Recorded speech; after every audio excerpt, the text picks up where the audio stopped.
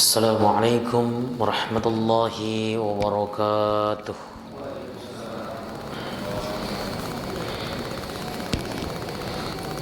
Alhamdulillahi rabbil alamin wal aqibatu lil muttaqin wala udwana illa 'alal zalimin. Asyhadu an la ilaha illallah wahidul halim wa asyhadu anna Muhammadan 'abduhu wa rasuluhul karim. Allahumma wa salli wa sallim wa barik ala hadzal nabiyil karim nabiyyina Muhammadin sallallahu alaihi wasallam wa ala alihi wa sahbihi wa man tabi'ahu ila yaumiddin, amma ba'd.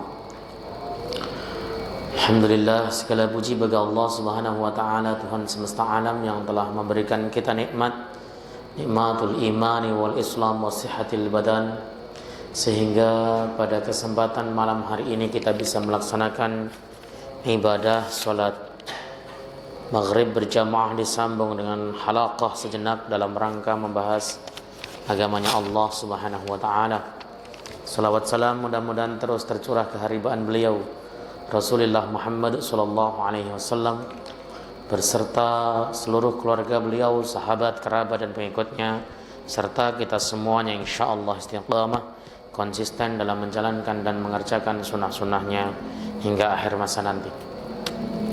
Kita akan kembali membahas kitab Taisirul Alam Syarah Umdatil Ahkam, hadis nomor 80 ya. Bismillahirrahmanirrahim. Qala al-muallif rahimahullahu ta'ala wa nafa'na bihi wa bi'ulumihi fid dharain. Rabbana shrah lana sudurana wa yassir lana umurana wahlul 'uqdatam min alsinatina yafqahu aqwalana. Bismillahirrahmanirrahim. Al-haditsus samanun, hadis yang nomor 80. An Aisyah radhiyallahu taala anha qalat, dari Sayyidah Aisyah semoga Allah ridha kepada beliau berkata, kana Rasulullah sallallahu alaihi wasallam yaftatihu sholata bitakbiri. Nabi itu memulai sholat dengan membaca takbir, Allahu Akbar. Itu iftitahnya sholat. Para ulama yang memasukkan niat bagian daripada rukun itu mengatakan pas bersama takbir itulah niat. Di dalam hati kan niat kan, seperti itu.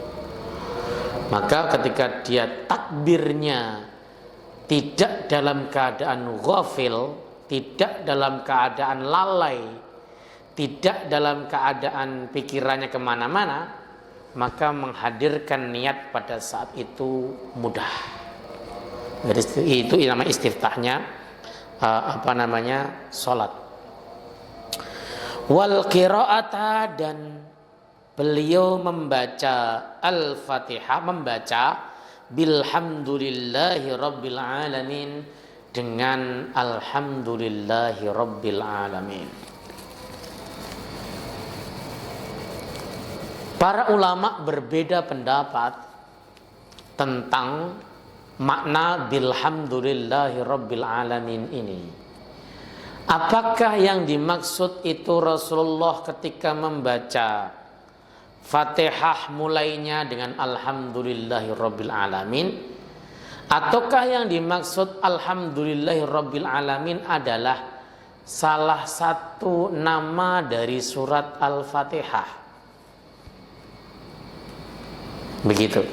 Jadi sebagian ulama seperti ulama mazhab Hambali, ya, kemudian mazhab Malik itu mengatakan bahwa salat itu dimulai dengan membaca alhamdulillahi rabbil alamin. Mazhab Malik, mazhab Hambali mengatakan membaca bismillah itu wajib tapi sir. Mazhab Abu Hanifah mengatakan bahwa hadis ini menunjukkan Nabi tidak membaca bismillah. Jadi membaca bismillah pada saat membaca Fatihah versinya madhab Abu Hanifah itu tidak wajib dan juga tidak sunnah. Imam Asy-Syafi'i mengatakan membaca bismillah itu wajib dan harus, dan sunnah dijaharkan keras. Bismillahirrahmanirrahim, itu kalau Syafi'iyah. Nah, ini tarik ulur. Syafi'iyah, terutama orang-orang yang di Indonesia, bacanya bismillah dengan keras. Kemudian Hanabilah, ulama-ulama yang ada di Timur Tengah, membaca basmalahnya dengan sir. Bismillahirrahmanirrahim. Alhamdulillahirabbil alamin. PP Muhammadiyah dalam putusan Munas Tarjih tahun 2010 di Malang memberikan keputusan bismillah itu mau dibaca jahr atau dibaca sir, dua-duanya boleh dan dirajihkan oleh majelis tarjih di Muhammadiyah. Maka orang Muhammadiyah bebas mau baca bismillahnya kenceng, mau bismillahnya pelan, dua-duanya boleh. Jadi nanti kalau misalnya di masjid ada imam lalu bacanya bismillah keras dan kemudian wah tidak Muhammadiyah ini salah, Anda yang tidak paham tarjih. Kalau di Muhammadiyah itu boleh membaca keras dan juga boleh membaca sir, tapi tetap membaca, ya tetap membaca bismillah.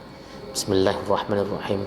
Alhamdulillahirabbil alamin arrahmanirrahim misalnya. Atau kalau enggak langsung kayak tadi itu Ustaz Cep, Bismillahirrahmanirrahim.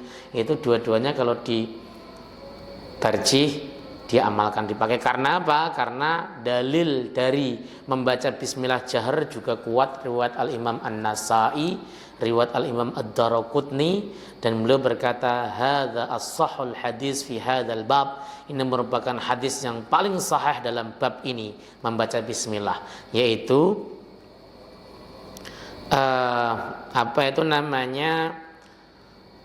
Abu Hurairah, ya, ada seorang tabi'in namanya Mun'im bin siapa itu lupa saya. Itu sholat di belakang Abu Hurairah. Nah, Abu Hurairah itu ketika dia membaca Fatihah, beliau membaca dengan Bismillahirrahmanirrahim dengan keras. Kemudian rukuk, sujud dan sebagainya lah. Kemudian selesai beliau mengatakan walladzi nafsi biyadi. Ya, demi zat yang aku berada dalam genggamannya, jiwaku berada dalam genggamannya. Ya, seperti inilah aku melihat Rasulullah sholat. Seperti itu. Makanya mazhab Syafi'i menggunakan dalil itu sebagai alasan untuk mengatakan bahwa membaca bismillah itu sunnah keras. Tapi tadi tarjih menguatkan dua-duanya, baik yang keras maupun sir boleh diamalkan. Silahkan, nggak usah pada gontok-gontokan untuk persoalan yang sifatnya khilafiyah muktabar. Tadi saya juga ketika khutbah Jumat ditanya, ini di sini ada perbedaan cukup besar Ustaz, perbedaan apa? Ya, ada sebagian orang yang ketika sholat sunnah yang 2 rakaat itu iftirash. Iftirash itu seperti tahiyat awal. Ada yang tawarruk seperti itu. Nah, teman-teman yang berpegang kepada tarjih mengatakan dia harus tawarruk, jangan itu tarjihnya seperti itu. Iya, tarjih bunyinya begitu.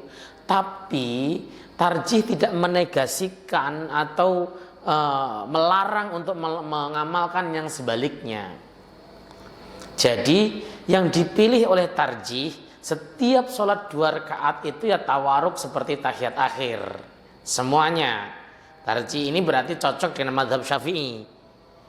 Nah, sementara kalau ada orang Muhammadiyah pengen ngamalin yang tawaruk, yang iftirash, yang seperti tahiyat awal mengikuti madhab Ahmad bin Hambal, ya tidak masalah. Bukan berarti dia tidak begitu Muhammadiyah. Orang Muhammadiyah yang kuliahnya di Saudi Arabia pasti memilih pendapat yang kedua ini.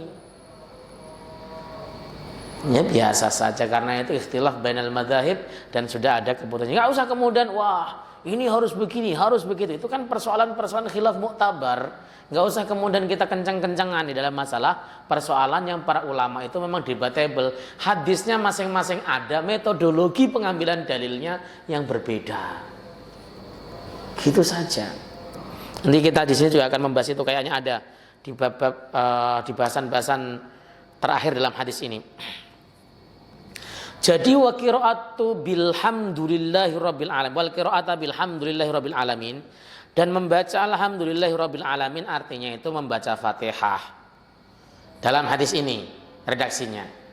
Dalam Sahih Muslim dikatakan walam asma' qiraata basmalah.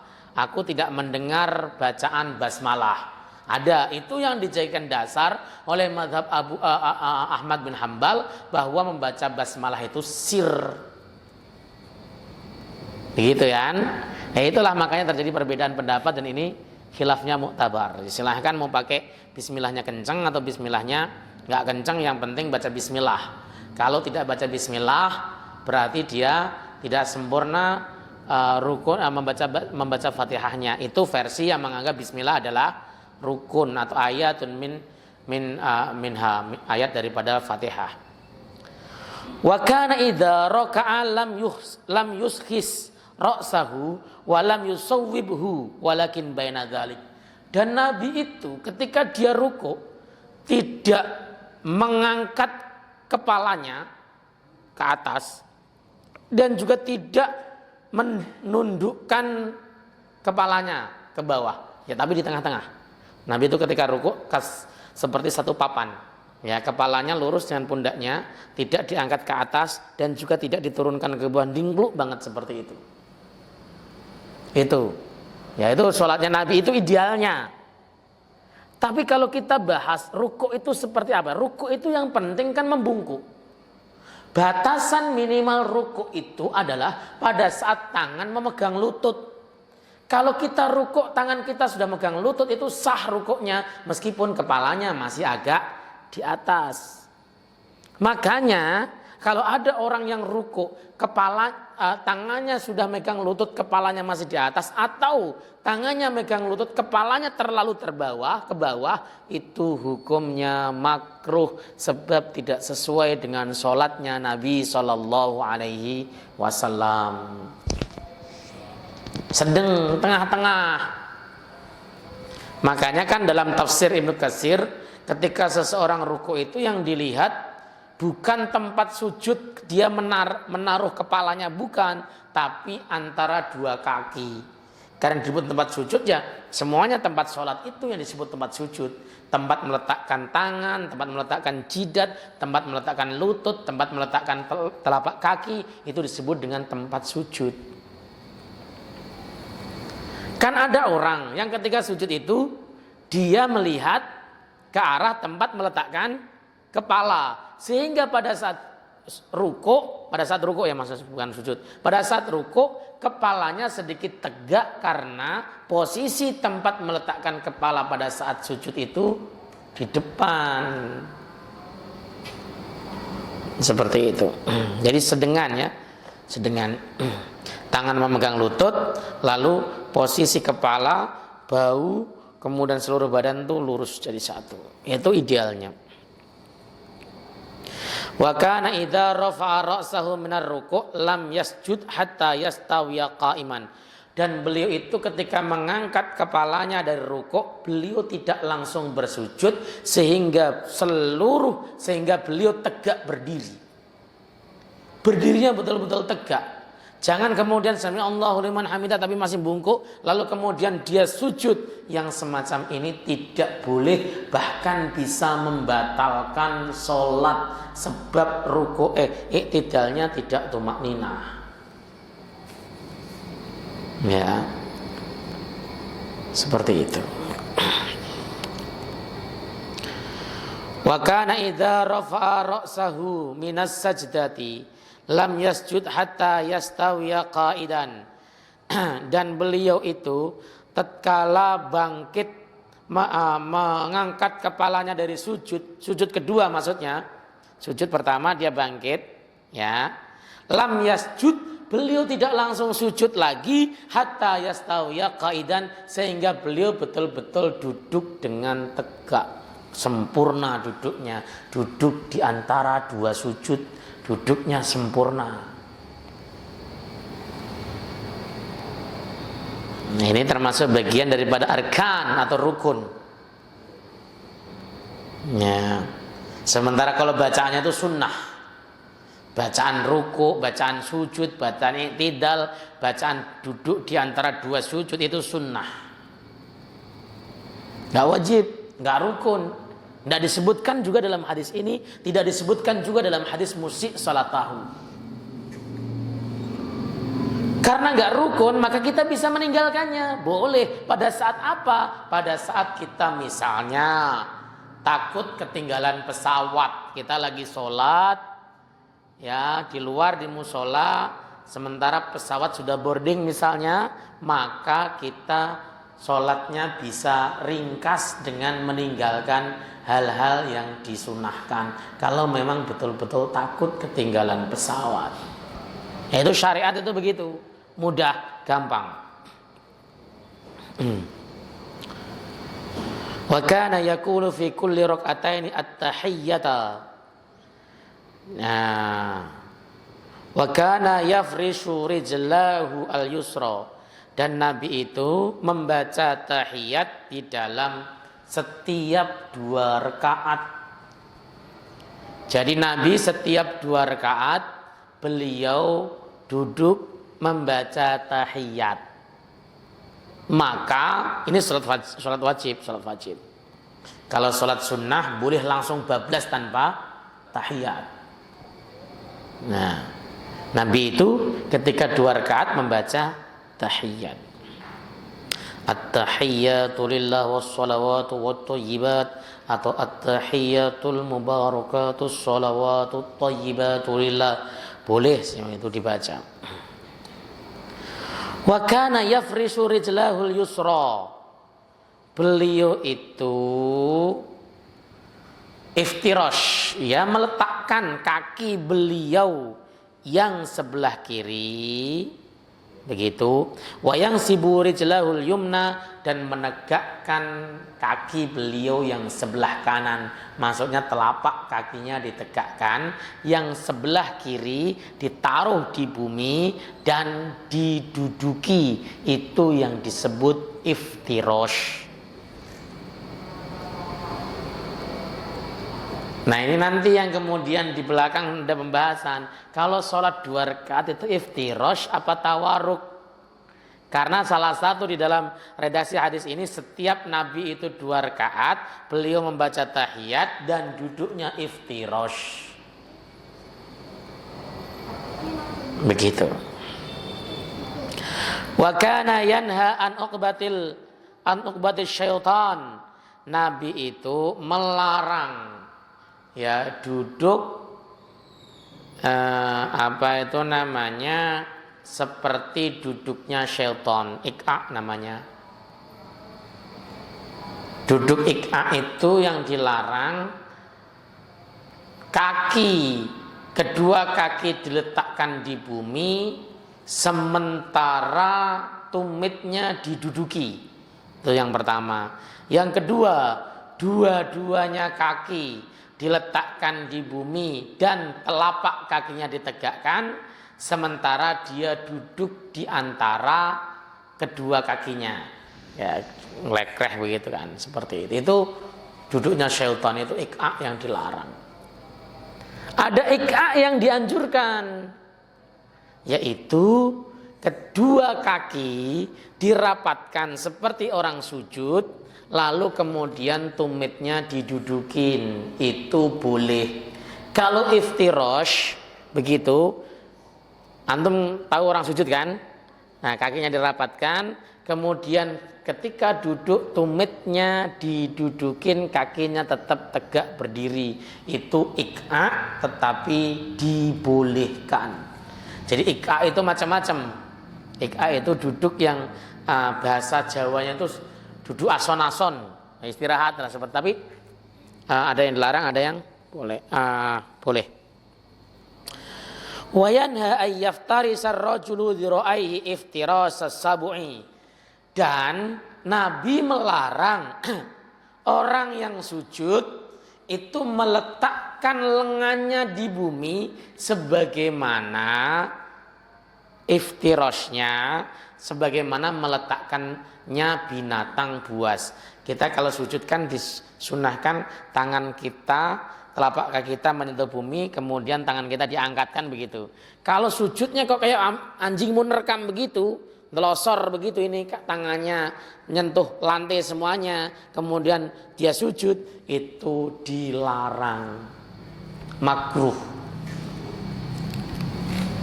Kan ada tuh, itu sujudnya orang malas itu.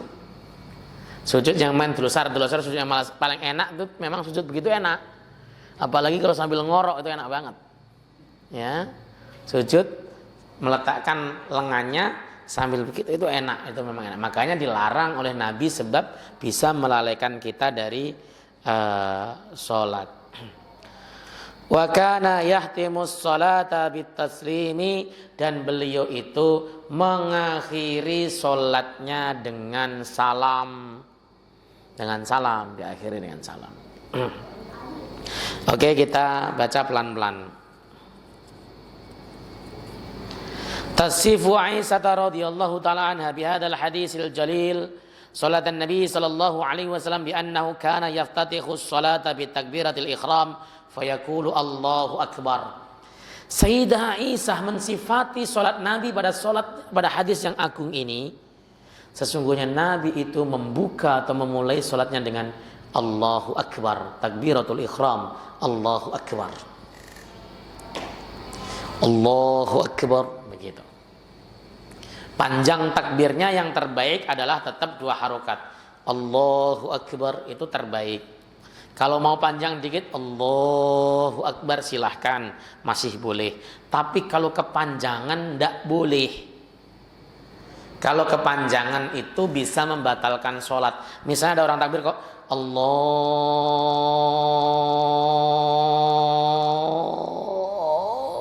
akbar misalnya, itu bukan khusyuk, itu orang yang belum pernah ngaji.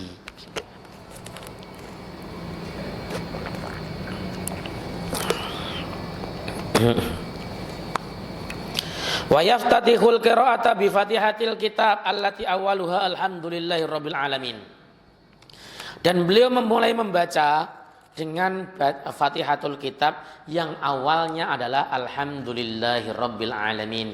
Ini madhab Hambali. Di dalam kitab ini kecenderungan muallifnya adalah mengikuti pendapat fikihnya Al-Imam Ahmad bin Hambal, karena memang Syekh Abdullah bin Abdurrahman bin Saleh Al-Basham ini adalah seorang ulama madhab Hambali.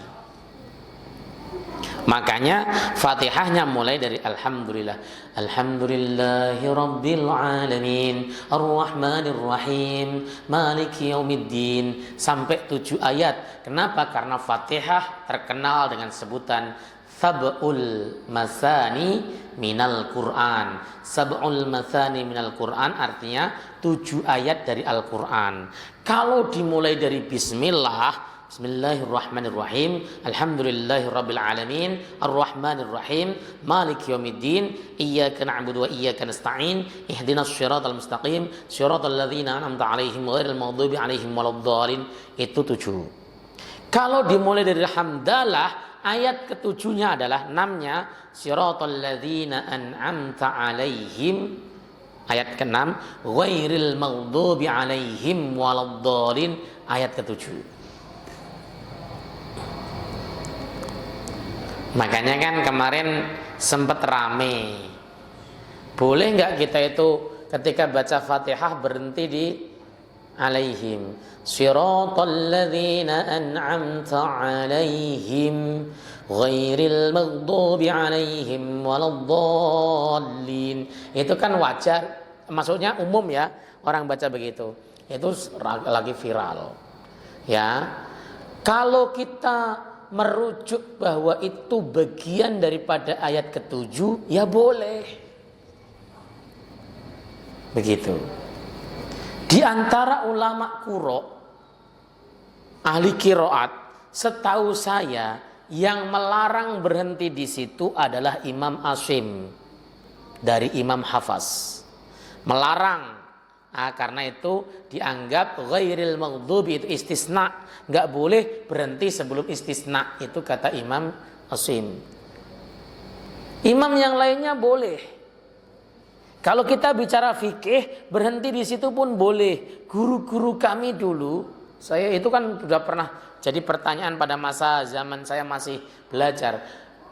Guru-guru kami dulu mengatakan Siratal ladzina an'amta alaihim itu wakafnya wakaf hasan, wakaf baik. Ya, karena meskipun ghairil itu dianggap sebagai istisna, tetapi tidak ada pengecualian atau tidak ada pengecualian dari redaksi sebelumnya, justru sebagai penegas. Siratal ladzina an'amta alaihim. Mereka ini adalah jalan orang-orang yang telah engkau berikan kenikmatan atas mereka. Bukan maknanya kecuali tapi penegas. Maksud jalan orang-orang yang kau berikan kenikmatan adalah bukan jalannya orang yang kau marahi, kau ghadabi, kau murkai, dan juga bukan jalan orang yang tersesat. Maka itu wakaf hasan. Berhenti pada wakaf hasan boleh. Ya, ada guru saya juga, kan guru saya banyak yang kalau membaca nggak mau berhenti alaihim, itu nggak mau, walaupun nafasnya sudah tinggal Senin Kemis ya. Siratal ladzina an'amta alaihim ghairil maghdubi alaihim waladdallin, sampai gitu ya.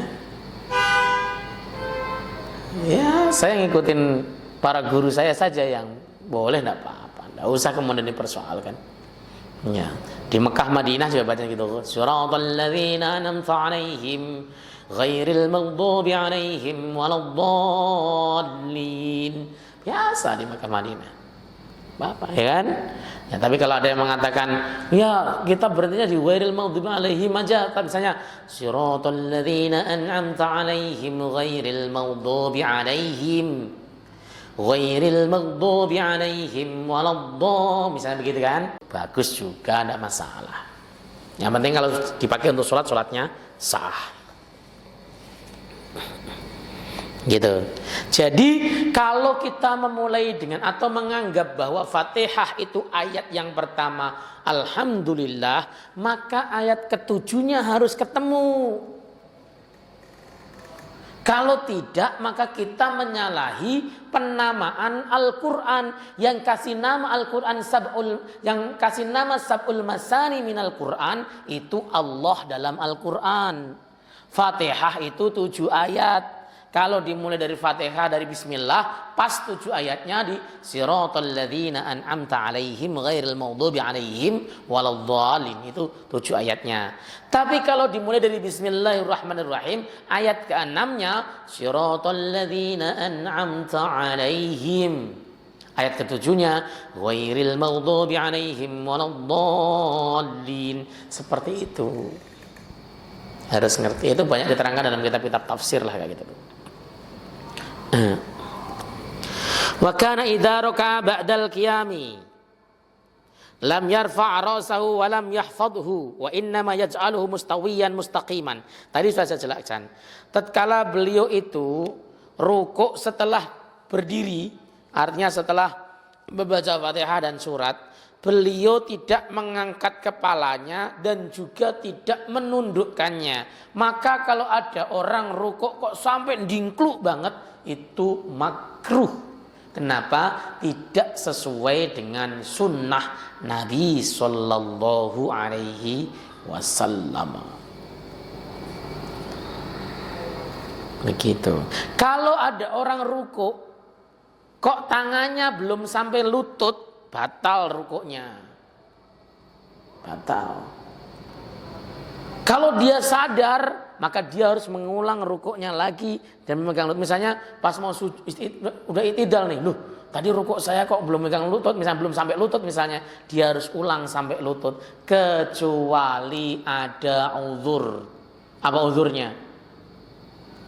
Punggungnya kena encok, rematik dan sebagainya, sehingga kalau ditekuk sedikit susah. Nah, itu termasuk bagian uzur.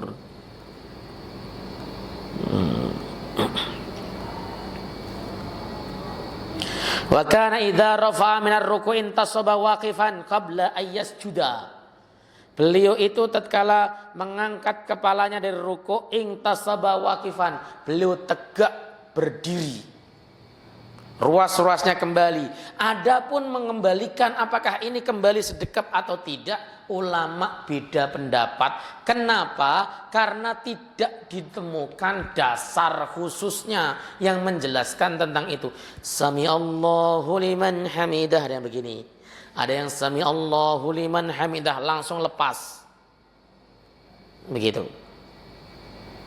Ya. Syekh Albani ya dalam sifat sholat ya beliau merajikan sedekap lagi. Tapi jumhur sami'allahu liman hamidah lepas. Itu pendapat mayoritas. Ya, karena redaksi hadisnya kembali kepada posisi semula. Yang dimaksud posisi semula itu ada yang mengatakan tangannya juga ke posisi semula dong, kan asalnya sedekap. Tapi para ulama jumhur mengatakan yang dimaksud posisi semula itu posisi berdiri tegak. Itu setelah sami'allahu liman hamidah itu ada yang irsal. Nah, apakah kemudian sunnahnya menjawab sami'allahu liman hamidah bagaimana? Rabbana walakal hamdu, itu para ulama beda pendapat lagi. Kenapa kok bisa beda pendapat? Ya karena hadis yang datang banyak. Seperti contoh, kemarin kan sudah kita bahas ya di pertemuan berikutnya, kita akan bahas pertemuan terdahulu. Nah, ketika imam baca idza qala imam sami'allahu liman hamidah faqulu rabbana walakal hamd, kan begitu hadisnya. Ada yang mengamalin letter lek. Ya begitu, wong Rasul mengatakan kalau imamnya baca sami'allahu liman hamidah, kalian ngomong rabbana walakal hamd. Tapi bagi ulama-ulama Syafi'iyah yang pakar hadis enggak nerima itu. Kenapa? Karena Nabi bersabda shollu kama ra'aitumuni usolli. Sholatlah kamu sebagaimana kalian melihat aku sholat. Artinya sholat kita suruh niru Nabi. Nabi ketika baca sami'allahu liman hamidah, tirukan juga sami'allahu liman hamidah, sebab niru Nabi. Lah kenapa kok kemudian Nabi mengatakan faqulu rabbana walakal hamdu? Karena bacaan iktidal itu dibaca sir oleh Nabi, maka Nabi mengajarkannya faqulu rabbana walakal hamdu. Seperti itu. Itu istidlal namanya. Itulah sehingga terjadi banyak perbedaan. Termasuk tarjih itu ketika mengambil hukum mana yang dirajihkan itu kan istidlal. Ya, mandang dalil mana yang banyak lalu kemudian dikompromikan, kalau bisa dikompromikan, kalau tidak bisa ya kemudian dilakukan tarjih, kalau tidak bisa dilakukan tarjih maka nasih mansuh. Metodenya sama sebenarnya, tapi bisa berbeda hukum ya, karena kadang hadis yang dijadikan dasar itu dihukumi beda. Ada yang menghukumi sahih, ada yang menghukumi dhaif, sehingga konsekuensi hukumnya pun beda. Jangan heran makanya kalau kita mengamalkan sesuatu, melihat sesuatu hadis, lalu kemudian hadis tersebut ternyata secara zahirnya tidak dipakai di Muhammadiyah. Kenapa? Karena Muhammadiyah itu sebagaimana ulama-ulama lain mengkompromikan hadis-hadis yang ada. Contoh. Muhammadiyah itu kan doa apa saja itu kan disunahkan mengangkat tangan toh. Dalam tarjih itu begitu. Mau dalam habis sholat kayak mau habis apa, pokoknya sunnah mengangkat tangan kalau doa. Sementara ada teman-teman dari Salafi kan mengatakan yang mengangkat tangan dalam sholat itu bid'ah masuknya. Kenapa? Karena menganggap tidak ada dalil khususnya. Bagi warga Muhammadiyah, bagi tarjih Muhammadiyah, nggak ada dalil khususnya. Kembalikan kepada dalil umum bahwa umumnya mengangkat doa Rasulullah SAW mengangkat tangan begitu. Ya karena perbedaan-perbedaan itulah, perbedaan ijtihad, perbedaan istidlal itulah yang kemudian menjadikan konklusi hukumnya beda. Dan nggak usah kemudian baper kalau kemudian ada yang berbeda. Hanya gara-gara tadi apa? Iftiros sama tawaruk, masa di masjid kok sampai perpecahan, enggak etis itu. Ya, seperti itu.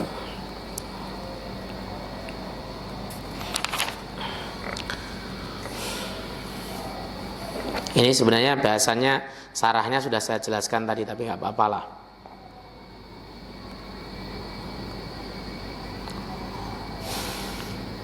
Ahkamul hadis, hukum-hukum hadis. Ma dzakarathu Aisyah radhiyallahu taala anha hadza min sifatis salatin nabi sallallahu alaihi wasallam wa haluhu daima haitsu anna ta'bir bikana yufidu dzalika. Apa yang dituturkan Sayyidah Aisyah dari sifat salat Nabi sallallahu alaihi wasallam ini adalah keadaan beliau yang sifatnya acek, apa namanya acek? Terus, menerus ya, menerus. Kenapa di sini menggunakan anna ta'biro bikana yufidu dzalik? Redaksi takbir yang menggunakan kana itu memiliki faedah menerus, atau dalam bahasa Arabnya al ibaratu bikana lil muwadhabah. Takbir dengan menggunakan kana itu artinya selalu. Ini karena Nabi Rasulullah Sallallahu Alaihi Wasallam ya kan, Nabi selalu begitu karena menggunakan ibarat dengan kana seperti itu. Inilah pentingnya ilmu nahwu, itulah pentingnya tahu bahasa Arab. Enggak kok kemudian yang penting tahu terjemahnya, ndak, harus tahu bahasa Arab. Lah kana itu bisa diartikan, ini maknanya muadzabah selalu, bisa diambil faedah dari situ kalau tahu bahasa Arab. Kalau enggak ya pakai pokoknya. Bos pokoknya beginilah, ngaji kok pakai pokoknya lah, bagaimana sih Pak? Nah.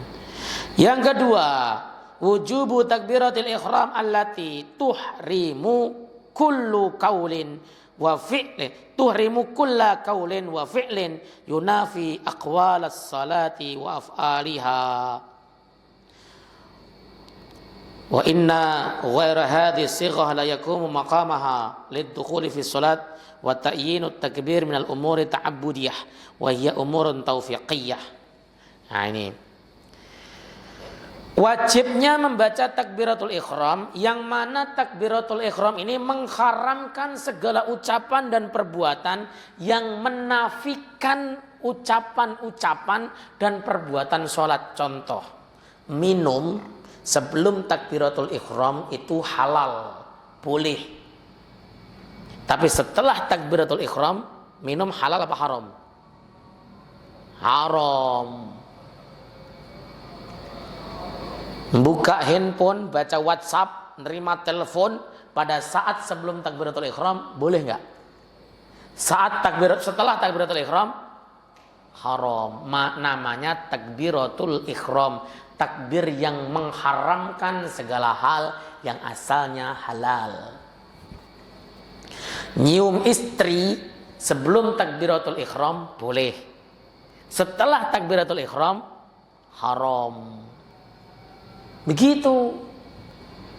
Nah, kalau di dalam kitab ini dikatakan sigot selain Allahu Akbar itu enggak boleh. Berarti kalau ada orang mengatakan Allahu A'zam, tidak boleh. Atau Allahur Rahmanur Rahimul Malikul Qudusul Akbar misalnya. Ya, tidak boleh. Karena ada orang iseng, kalau dalam kitab fikih kayak itu dibahas. Ya. Kenapa alasannya? Karena al-umuru at-ta'abudiyah wa hiya al-umuru taufiqiyah. Takbir ini termasuk umur atau perkara ta'abbud, ibadah. Ibadah itu tauqifi. Tauqifi itu ittiba kepada Nabi. Ittiba kepada Nabi itu bukan hanya mencontoh Nabi, tapi mengikuti perbuatannya, mengikuti ucapannya, mengikuti takrirnya, mengikuti hamnya, itu disebut ittiba. Kan ada orang tuh suka ngomong gini, dicontohkan sama Nabi enggak loh? Kok dicontohkan? Berarti perbuatan apapun yang enggak dicontohkan Nabi enggak boleh dilaksanakan. Padahal Nabi bersabda.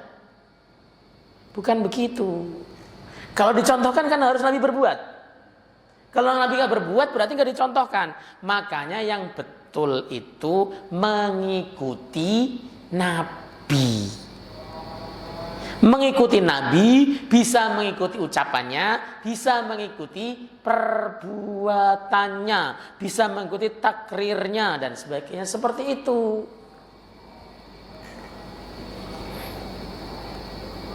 Ya, seperti itu.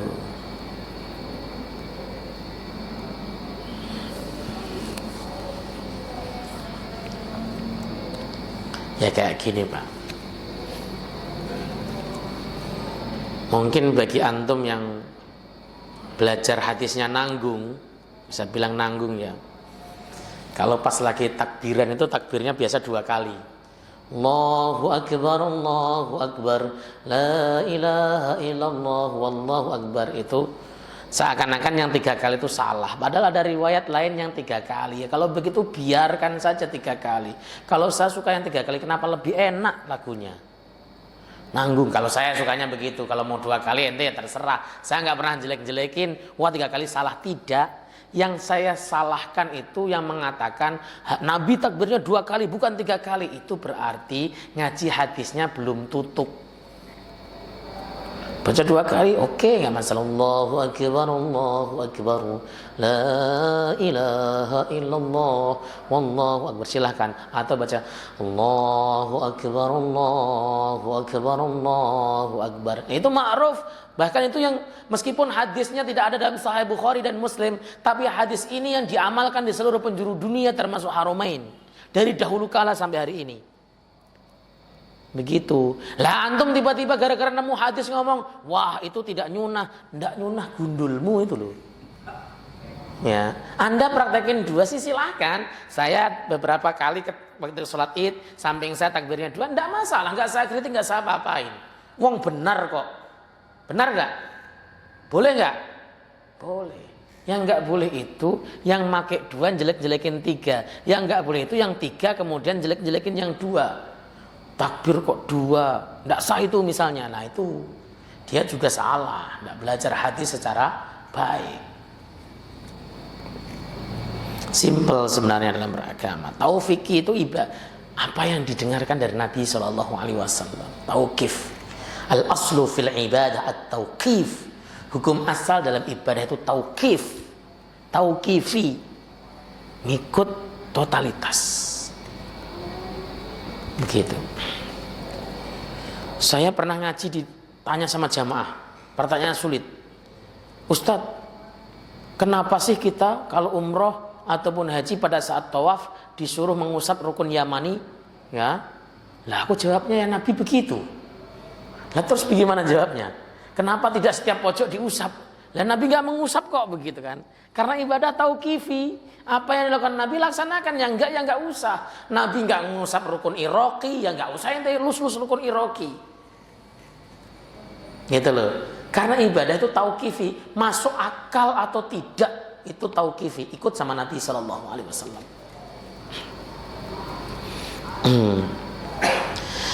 Kemudian yang ketiga, wa wujubu qiraatil Fatihah biduni basmalatin. Nah ini redaksi dalam kitab ini, dan wajib membaca Fatihah tanpa bismillah, wa ya'ti istihbabu qiraatiha sirron insyaallah, dan nanti akan ada bahasan sunnahnya membaca bismillah sir insyaallah. Ini mazhab Hambali. Maka antum ketika sholat di Mekah Madinah gak bakal dapati imam baca bismillah. Tiba-tiba imam kok Bismillahirrahmanirrahim, gak ada. Saya siapa saja, karena mazhabnya memang begitu. Tapi dulu saya sudes ketika jadi imam di masjid Istiqlal, beliau sholat Jumat bacanya bismillahnya kencang sekali. Bismillahirrahmanirrahim. Kenapa? Karena makmumnya Syafi'i. Maka itu yang Jelas cerdas itu begitu. Kalau bapak suatu saat ini bukan terpaksa, ditunjuk jadi imam di masjid milik madhab Syafi'i, ya baca bismillah, meskipun bapak meyakini bahwa bismillah dibaca keras itu tidak sunnah. Nah, tapi kalau orang Muhammadiyah mah bebas gitu kan, baca bismillah. Tapi meskipun Muhammadiyah, kalau masjidnya Syafi'i kunut, antum kunut kayak saya itu loh.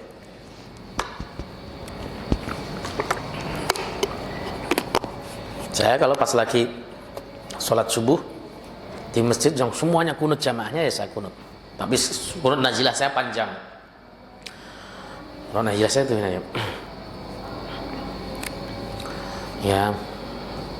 Setelah membaca falakal hamdu ala ma qudaitu nastaghfiruka Allahumma wa natubu ilaik Allahumma kshif anna minal bala'i ma la yakshifu ghairuk Allahumma asrif anna minal bala'i ma la yasrifu ghairuk Allahumma adfa' anna minal bala'i wal waba'i wal amwati wal amradi ma la yadfa'u ghairuk Rabbana, baca doa panjang banget, kempor-kempor gitu ya. Tapi ya nggak apa-apa, mengenalkan bahwa kita itu bisa gitu ya. Ikhtilaf begitu jangan kemudian dipertajam, supaya apa? Persatuannya dijaga ya. Sekarang itu kayaknya ada yang mulai mau merusak hubungan harmonisnya Muhammadiyah dengan NU pada saat perayaan apa? Idul Fitri maupun Idul Adha. Kenapa lebarannya beda? Itu mulu yang diomongin. Itu udah beda dari dulu kala waktu menterinya dari Muhammadiyah. Dulu Muhammadiyah itu Pak, dulu kala ketika menterinya Muhammadiyah, pernah kan dulu kala tuh zaman Pak Soeharto, itu Muhammadiyah itu menggunakan Imkanur Ru'yah 2 derajat juga. Pemerintah pernah menetapkan lebaran dulu. Orang-orang NU juga lebarannya esok harinya juga beda, biasa kok. Nah, kemudian sering olok-olokan, itu yang baik. Nah sekarang kan olok-olokan, nah itu mempertajam. Nah kalau kita yang diolok-olok ya biasa aja, senyum lebih baik daripada merengut gitu aja. Oke, ini masih panjang bahasanya, belum sampai ikhtilaf ulama juga. Sudah Isya, silahkan udah mau yang bertanya silahkan. Muskil. Monggo silahkan. Kalau sholat yang 2 rakaat, kebanyakan kita kan asal dari tawar. Dan kita sholat satu masjid, imam itu ikhtiros. Kita sebagai makmum sebaiknya ikhtiros atau tawar. Kalau saya ditanya begitu ya tergantung samping kiri samping kanan saya. Kalau saya tawaruk sendiri, sementara samping kanan iftiros dia kejepit sama saya, begitu. Kayak di Mekah Madinah, antum mau ngamalin tawaruk ya sampai jebot nggak bisa. Orang di sono semuanya iftiros, semuanya mau zuhur, asar, isya, subuh, semuanya iftiros, semua di Mekah Madinah itu. Semuanya, soft depan, soft belakang, soft tengah, pernah saya coba begitu semuanya. Lah kita mau iftiros sendiri, ya tawaruk sendiri nggak bisa. Tapi ya tadi iftiros dan tawaruk itu khilaf muktabar. Dalilnya itu dua-duanya hadisnya sahih Pak. Muhammadiyah mengunggulkan tawaruk itu bukan karena ini lebih sahih daripada yang ini, bukan. Tapi digabungkan banyak hadis sahih tadi, digabungkan redaksinya. Oh, yang dimaksud adalah yang setiap iftiros itu untuk sholat yang bersambung, 2 rakaat yang bersambung. Sementara kalau rakaatnya tahiyat akhir itu maka dia langsung tawaruk. Itu yang dipilih Muhammadiyah setelah melakukan jamak daripada hadis. Tapi di dalam penjelasan para pakarnya juga itu khilaf muktabar, karena dua-dua hadis yang menjelaskan tentang tawaruk atau iftiros dua-duanya sahih. Nggak usah kemudian ragu untuk mengambil salah satu. Nah kalau saya tadi saya bilang saya lebih lihat kanan kiri saya. Kalau kanan kiri saya tawaruk semua, saya iftiros sendiri ya saya kegencet. Karena pernah kan di suatu masjid saya iftiros, semuanya jamaah itu tawaruk. Pas kebetulan samping kanan saya itu orang India, samping kiri saya itu orang Damaskus Syria. Ya kegencet bener-bener saya. Ya orang Indonesia kan kecil gitu kan. Seperti itu. Tapi kalau kemudian mereka semua iftiros, kita iftiros. Nyaman kan? Kalau tahu ilmunya itu nyaman, enak. Gitu. Walaupun antum nih Ustadz Encep misalnya suatu saat haji atau umroh di sana, tiba-tiba mau mengamalkan Muhammadiyah yang ini tarjih harus tawaruk begitu, ya di sana mah tidak bisa, karena memang begitu, mereka itu mau sholat 4 rakaat, sholat 2 rakaat, iftiros terus. Ya, aneh memang ya. Ya begitulah namanya juga paham fikih. Begitu Pak. Ada lagi? Nggak ada? Cukup? Paham? Insya Allah. Jadi inilah fikih. Fikih itu dinamikanya luar biasa. Fikih itu Anda ketika beramal harus meyakini ini yang saya amalkan benar. Jangan ngomong wah jangan-jangan salah, enggak, yang saya amalkan ini benar. Tapi di sisi lain ada saudara kita yang dia beramal juga benar juga. Makanya saya ingat ketika kita belajar tarjih itu semangat yang dikedepankan adalah tasamuh. Tasamuh itu artinya tenggang rasa. Anda boleh mengatakan bahwa apa yang saya lakukan ini benar, tapi tidak usah mengolok-ngolok aktivitas organisasi lain dan sebagainya. Itu penting sekali untuk dijaga. Kenapa? Karena persatuan umat Muhammadiyah, umat Nabi Muhammad itu layak untuk kita junjung bersama. Serasa begitu, mudah-mudahan manfaat. Kita tutup rahmatul majlis. Subhanakallahumma bihamdika asyhadu an la ilaha illa anta astaghfiruka wa atubu ilaik. Assalamualaikum warahmatullahi wabarakatuh.